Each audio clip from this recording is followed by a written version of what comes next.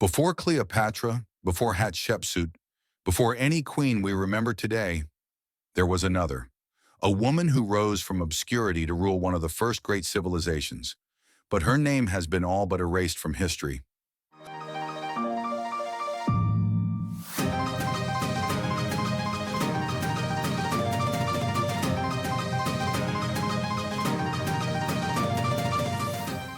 Our journey takes us back more than 4,300 years to ancient Mesopotamia, the birthplace of civilization. This was a world ruled by kings, where cities like Uruk and Ur thrived under the power of mighty rulers. But in the city of Kish, something extraordinary happened. A woman, Kubaba, took the throne. Kubaba wasn't born into royalty. She was not the daughter of a king or the wife of a warlord. According to the ancient Sumerian King List, she was once a tavern keeper. But in ancient Sumer, a tavern wasn't just a place for drinking, it was a gathering place for politicians, traders, and power brokers. It was a hub of information, and Kubaba was at the center of it all. Some sources suggest that Kish, once a dominant city-state, was in turmoil. War, famine, and corruption had weakened its rulers. The people suffered, and the leaders offered no solutions. It was said she gained power through her wisdom and generosity, providing food and drink to the people during a time of hardship. Others suggest she became a trusted advisor to the king before eventually seizing power herself. But one thing is certain, Kubaba was no ordinary woman. At some point between 2500 and 2330 BCE, Kubaba became ruler of Kish. Her reign was so remarkable that the scribes of Mesopotamia recorded it for all time. The Sumerian King List, an ancient record of rulers, names Kubaba as the sovereign of Kish, ruling for an astonishing 100 years.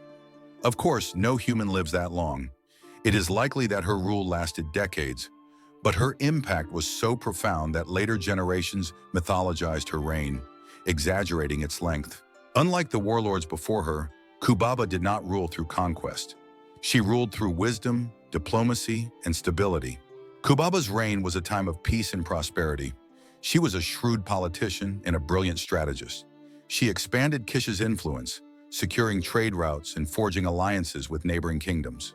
Under her rule, the arts flourished and temples rose to honor the gods.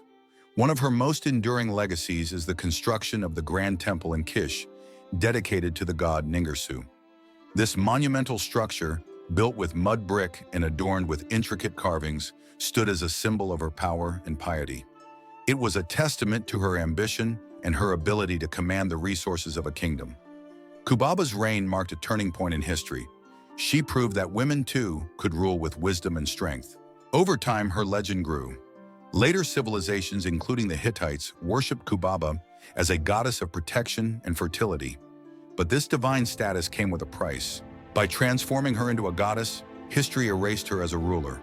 A real woman had ruled Mesopotamia. But the world was not ready to remember her that way. For centuries, Kubaba was forgotten. Her name survived only as myth. But now scholars are uncovering the truth. She was not just a goddess, not just a legend. She was the first female ruler in recorded history. Much of what we know about Kubaba comes from fragmentary inscriptions and scattered archaeological evidence. Her story, like the ruins of her once great city, lies fragmented, waiting to be pieced back together.